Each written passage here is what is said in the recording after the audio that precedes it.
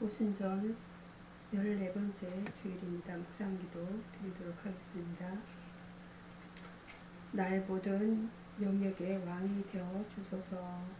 요한복음 17장 17절 성경 말씀은 그들을 진리로 거룩하게 하옵소서. 아버지의 말씀은 진리입니다. 왕이신 나의 아버지, 어제의 모든 무거운 생각과 걱정들, 주어진 어려운 모든 환경들을 뚫고 새 아침을 밝았습니다. 주님께서 새 하늘과 새 땅, 새 아침을 우리에게 주셨으니 오늘을 사는 우리도 모든 것이 새로워진 마음으로 하루를 시작하게 하소서. 하나님의 자녀라는 이름을 사람들 앞에 부끄러워 말게 하소서. 내가 잘하지 못할 것이라는 것 때문에 숨어 살지 말게 하소서. 끊임없이 도전해야 언젠가는 정상에 오를 수 있다는 믿음으로 오늘도 부족하지만 하나님의 자녀로서의 삶을 다시 도전하는 하루 되게 하소서. 오늘도 나의 모든 영역의 왕이 되어 주소서. 내 마음의 중심의 자리를 기쁨으로 내어드리니 그곳에서 나를 통치하시되 나의 입술을 통치하시고 나의 눈을 통치하시고 나의 손과 발을 통치하소서. 오늘도 내 마음대로가 아니라 아버지의 마음대로 사는 자녀 되겠습니다. 인도하시고 말씀하시고 명령하소서. 순종하겠나이다. 나의 통치자 되시는 예수 그리스도 이름으로 기도합니다. 아멘. 사도신경으로 신앙 고백 드리도록 하겠습니다. 전능하사 천지를 만드신 하나님 아버지를 내가 믿사오며 그 외아들 우리 주 예수 그리스도를 믿사오니 이는 성령으로 잉태하사 동정녀 마리아에게 나시고 본디오 빌라도에게 고난을 받으사 십자가에 못 박혀 죽으시고 장사한 지 사흘 만에 죽은 자 가운데서 다시 살아나시며 하늘에 오르사 전능하신 하나님 우편에 앉아 계시다가 저리로서 산자와 죽은 자를 심판하러 오시리라. 성령을 믿사오며 거룩한 공회와 성도가 서로 교통하는 것과 죄를 사하여 주시는 것과 몸이 다시 사는 것과 영원히 사는 것을 믿사옵나이다. 아멘. 9월 3일 오늘의 성경 보아 말씀은 예수님의 보아 말씀입니다. 예수는 궁핍한 자의 자손을 구원하십니다. 성경 구절입니다. 시편 72편 4절 말씀입니다. 저가 백성의 가난한 자를 신원하며 궁핍한 자의 자손을 구원하며 압박하는 자를 꺾으리로다. 부모는 자녀에게 관심이 많습니다. 그 중에서도 아프거나 어려움을 겪는 자녀에게는 더 큰 관심을 갖습니다. 어려움을 겪는 자녀에게는 더 큰 관심을 갖습니다. 예수님은 자기 백성에게 관심이 많으십니다. 그 중에서도 시험을 당하거나 어려움에 처한 백성에게 눈길을 돌리십니다. 궁급하여 부르짖을 때 외면하지 않습니다. 도와달라고 손을 내밀 때 등을 돌리지 않습니다. 누가 우리의 궁핍함을 도우십니까? 예수는 내가 궁핍할 때 떠나지 않고 끝까지 도우시는 참 친구가 되십니다. 아멘. 오늘의 성경 말씀은 출애굽기 3장 1절에서 12절 말씀 하나님을 만나 모세라는 본문 내용으로 은혜를 나눠보고자 합니다. 모세는 불붙은 가시덤불 속에서 여호와의 사자를 만나 뵙게 되었으며 거룩한 땅에 서게 되었습니다. 거룩한 땅에 선 모세입니다. 과거의 모세는 애굽에서 부귀와 사치와 방탕의 삶을 살았습니다. 거기에서 윤리적으로 도덕적으로 방탕하고 패역한 삶을 살았었습니다. 그것은 바로 실패의 삶이었고 하나님을 떠난 삶이었습니다. 그러나 지금 그가 선 땅은 거룩한 땅이었습니다. 그는 그곳에서 하나님의 깊은 임재를 체험했으며 하나님의 사명을 받았습니다. 거룩한 땅에서 받은 사명입니다. 하나님께서 모세를 거룩한 땅으로 인도하신 후 비로소 그에게 이스라엘 백성들을 애굽에서 인도하여 내어 가나안으로 인도하는 사명을 주십니다. 나약한 인간의 힘으로는 상상도 할 수 없는 일이었지만 모세는 하나님의 임재를 깊이 깨닫고 또 능하신 하나님께서 자신과 함께 하신다고 확신을 갖고 그 땅에서 내려왔습니다. 거룩한 땅에 서야 할 우리입니다.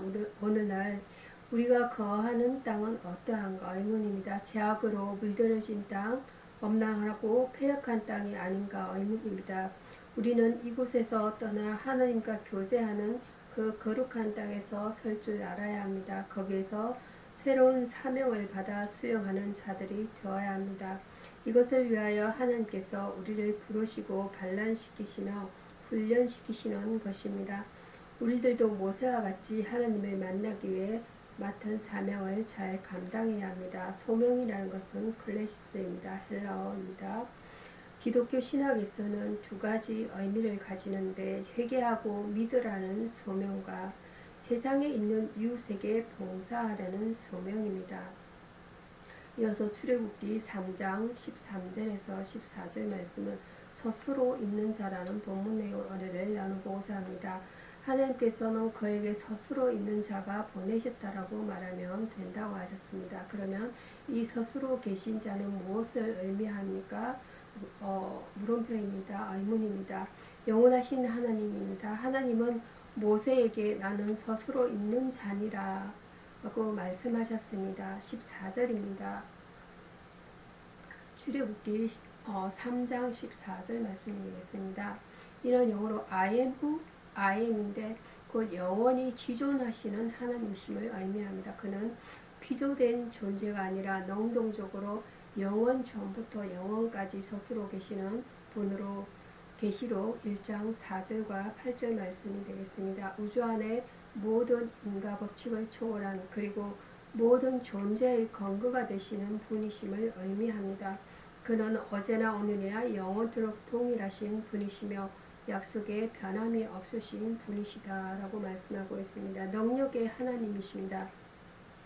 하나님은 모세에게 이르시기를 이스라엘 백성에게 가서 스스로 있는 자가 보내셨다라고 하셨습니다. 여기에는 하나님께서 위대하신 존재자이심을 의미하고 있습니다. 그는 고통받는 이스라엘 민족을 능히 애굽의 압제에서 구원할 수 있는 분이십니다.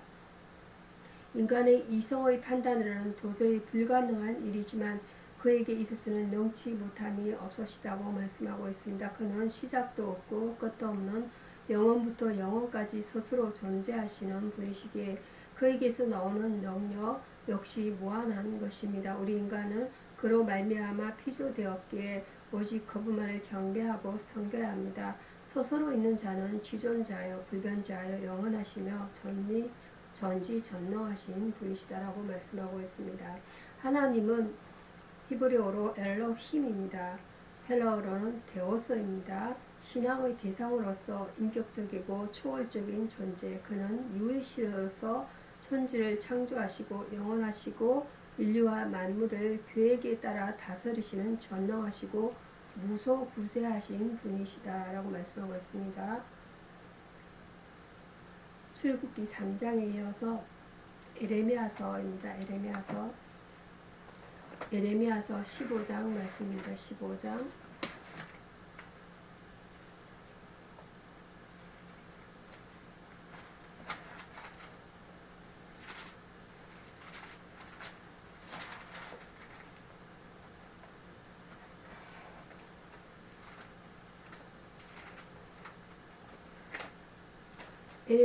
에레미야서 15장 말씀은 에레미야 15장 15절에서 21절 말씀이 되겠습니다. 보호받은 선지자라는 본문 내용입니다. 에레미야가 처음 선지자직에 임명될 때 하나님께서 약속해 주신 함께 하심의 언약이 어떤 핍박과 위험 속에서도 그 언약을 지키시겠다는 의지를 볼 수 있습니다. 환난 중의 기도입니다. 예레미야는 인간적인 고통이 계속되었으며 핍박으로 인해 육체도 상할 대로 상해 있었습니다.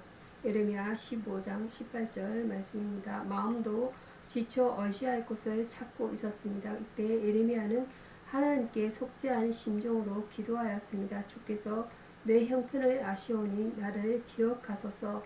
나를 멸망치 말게 하시고 나의 대적을 보복하소서. 15절 내용이 되겠습니다. 나는 주의 말씀으로 기쁨과 즐거움을 삼았나이다. 내가 혼자이옵니다. 16절에서 17절입니다. 선지자도 인간에게 이런 기도를 할 수 있습니다. 그러나 하나님은 그들의 애절한 기도를 꼭 들으십니다. 하나님의 응답입니다. 하나님은 아브라함과 야곱에게 더디하지 않은 것처럼 에레미야에게도 다음과 같이 속히 응답하셨습니다. 그 응답의 첫 번째 내용으로는 다시 너를 이끌어서 내 앞에서 세우리라는 말씀과, 두 번째는 견고한 녹성벽이 되어 원수들이 치지 못하게 보호하리라. 세 번째로는 세 번째 말씀은 악한 자의 손에서 건지며 무서운 자의 손에서 구속하리라. 이 말씀은 하나님이 에레미야 편이 되어 주시겠다는 약속으로 지쳐있는 에레미야에게 큰 힘이 되는 말씀입니다. 우리가 약할 때 위로하시고 낙심할 때 용기를 주시며 불가능할 때 가능케 하십니다. 환난 중에서도 믿음으로 승리하여 평안하게 하시고 사명을 감당할 용기와 힘을 주십니다. 보호 프로텍션입니다. 잘 돌봄을 의미하며 성경에서는 하나님께서 우리의 형편을 아시고 도와주심을 가리킵니다. 하나님은 항상 그 자녀들을 잊지 않고 눈독자처럼 지켜 보호하시고 계신 분이십니다. 에레미야서 15장 말씀에 이어서 시편 26장이 되겠습니다. 시편 26장 1절에서 12절 말씀, 다윗의 신앙이라는 본문 내용을 은혜를 나눠보도록 하겠습니다. 본문에서 다윗은 자신의 무죄에 대한 변호와 자신의 악인들과 같은 운명에 처하지 않도록 간청합니다. 완전한 가운데 행하였습니다. 1절입니다. 이 말은 그가 하나님처럼 무죄하다거나 완전함을 가리키는 것이 아니라 하나님의 계명을 지키는 데 있어서 성실하고 계명에 진실했음을 뜻합니다. 그는 하나님의 말씀대로 경건하게 살고자 노력하고 힘썼으며 그분이 미워하시는 일을 행하는 사람들과 동행하거나 동석하기를 거부했습니다. 이것이 그에게는 완전함이었습니다. 성전을 중심으로 행하였습니다. 본문을 통해서 우리는 두 가지 사실을 발견하게 됩니다. 하나님의 성전은 하나님이 계신 집이요 그분의 영광이 거하는 곳이라는 것이기 때문입니다. 하나님을 사랑하는 사람들은 성전을 사랑하고 귀히 여긴다는 것입니다. 이 성전은 예수 그리스도를 의미합니다. 성도는 성전이신 예수 그리스도를 사랑하고 귀히 여겨야 합니다. 하나님의 긍휼을 간구했습니다. 우리는 여기서 그가 심각한 위기와 공경 가운데 처해 있었음을 볼 수 있으며 우리가 이런 형편에 처하게 될 때 하나님께 드릴 수 있는 최상의 기도가 무엇인가를 교훈받게 됩니다. 우리가 할 수 있는 말은 나를 긍휼히 여기소서 뿐입니다. 어려울 때 하나님을 의지하고 그에게 도움을 구하는 것이 곧 신앙입니다. 거룩하고 경건한 생활은 노력하고 힘쓸 때에 가능합니다. 경건한 성도가 되도록 노력해야겠습니다. 무죄라는 것은 이노센스입니다. 이노센스, 디카이오스는 헬라어가 되겠습니다. 이것은 하나님의 율법에 대한 순종과 2차적으로 사람에 대한 고결성을 나타냅니다. 하나님의 신성한 어려움과 그리스도의 완전한 어려움에 적용되기도 합니다. 이어서 전해드릴 말씀은 신약성경입니다. 신약성경 로마서입니다. 신약성경 로마서 12장 말씀입니다. 로마서 12장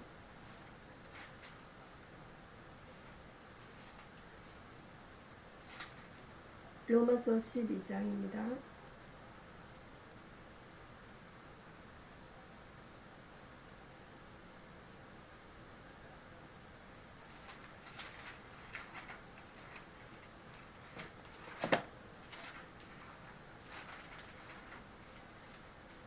로마서 12장은 14절에서 21절 말씀, 그리스도인과 이웃이라는 본문 내용이 되겠습니다. 바울은 본문에서 이웃과의 관계에 대한 규칙과 원칙을 제시합니다. 선으로 악을 이겨야 합니다.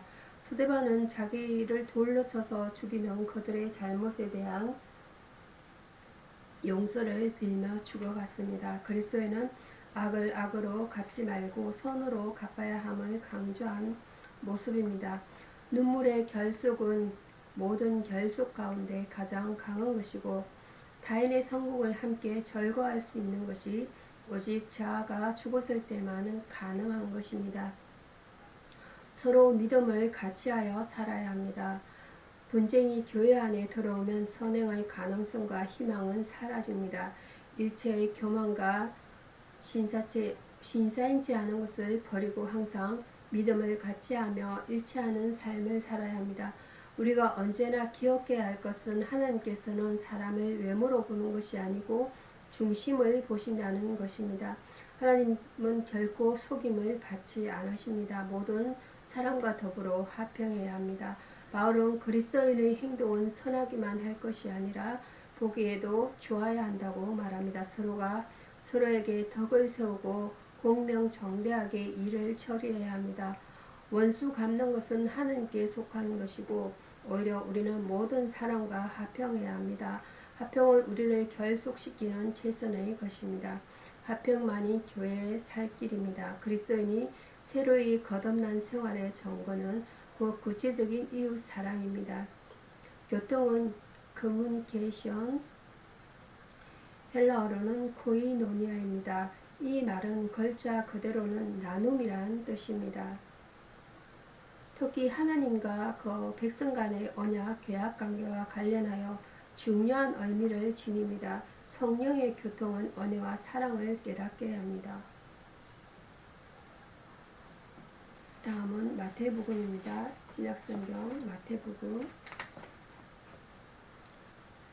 마태복음 16장입니다. 21절에서 28절 말씀, 그리스도의 제사직이란 본문 내용이 되겠습니다. 본문은 좋은 제자, 인정받는 제자 등의 주님을 따르는 제자도를 가르치고 있습니다.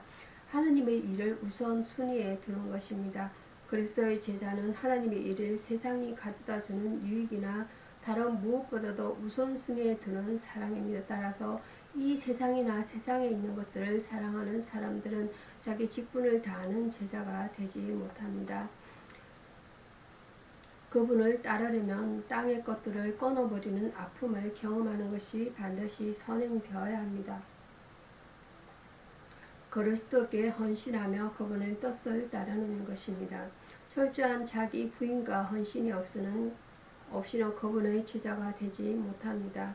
바울처럼 이전에 기이 여기던 모든 것들을 배설물로 여기고 오직 하나님의 뜻을 분별하여 쫓을 때 그분의 제자가 될 수 있습니다. 갈라디아서 2장 20절과 로마서 12장 1절에서 2절 말씀, 빌립보서 3장 7절에서 10절 말씀이 되겠습니다. 참 헌신은 먹으나 마시나 무엇을 하든지 주님을 위해서 하는 마음 자세입니다. 그리스도의 고난에 동참하는 것입니다. 하나님의 자녀여 후사인 그리스도인들은 주와 함께 영광을 받기 위해 그분의 고난에도 동참해야 합니다. 십자가에 거치는 것을 피하려 하는 사람들은 그리스도의 제자가 아니며 하나님의 뜻을 행할 수가 없습니다. 주와 함께 당하는 고난은 제자들만 경험할 수 있는 축복입니다. 로마서 8장 17절과 베드로전서 4장 13절 내용이 되겠습니다. 제사직의 조건들은 까다로우나 쉬우며 복잡하나 단순합니다. 자기 복이 이것 하나로 해결되기 때문입니다. 제자도라는 것은 discipleship입니다. discipleship. 소송의 가르침을 받거나 또는 받은 사람이 마땅히 행할 도리를 가리킵니다. 그리스도인은 예수의 가르침을 받아 그의 뒤를 따르는 사람으로서 마땅히 대가를 치러야 하는데 이를 지칭합니다. 기도하시겠습니다. 고난과 섬김의 본을 친히 육체로 보여주신 하나님, 제가 주님 앞에 설 때 언제나 어린아이처럼 순수하고 진실한 모습을 갖게 하옵소서. 그래야 어린아이들을 뜨겁게 사랑하셨던 주님의 사랑의 마음을 읽을 수 있게 하옵소서. 주님, 저의 마음이 때묻지 않은 순박함으로 존속되기를 소원합니다. 영원한 안식을 이 땅에서 사모하게 하시는 하나님, 저희가 육신의 안식처인 가정을 주신가 그 위에 영적인 가정을 주심을 감사드립니다. 저희 온 식구가 하나님의 뜻대로 살아갈 수 있도록 제가 영적인 큰 힘을 나타내 보일 수 있게 하옵소서. 그리고 영적인 모든 가족들과 영가족들과 잘 협력하여 주의 뜻을 이루어갈 수 있게 하옵소서. 창조주 하느님, 모든 재물은 다 주께서 주셨음을 믿습니다. 제가 하나님보다 재물을 더 사랑하지 않도록 저의 의지를 주관하여 주옵소서. 저는 현재도 하나님 나라의 시민이지만 장차 영원한 하나님 나라에 들어가게 될 것을 믿습니다. 이 땅에 사는 동안도 하나님 나라의 질서를 준수하길 다짐하며 예수님의 이름으로 기도드립니다. 아멘. 주기도문으로 말씀을 마치도록 하겠습니다. 하늘에 계신 우리 아버지여, 이름이 거룩히 여김을 받으시오며 나라에 임하옵시며 뜻이 하늘에서 이루어진 것 같이 땅에서도 이루어지이다. 오늘날 우리에게 일용할 양식을 주옵시고 우리가 우리에게 죄 지은 자를 사하여 준 것 같이 우리 죄를 사하여 주옵시고 우리를 시험에 들게 하지 마옵시고 다만 악에서 구하옵소서. 대개 나라와 권세와 영광이 아버지께 영원히 있사옵나이다. 아멘. 감사합니다.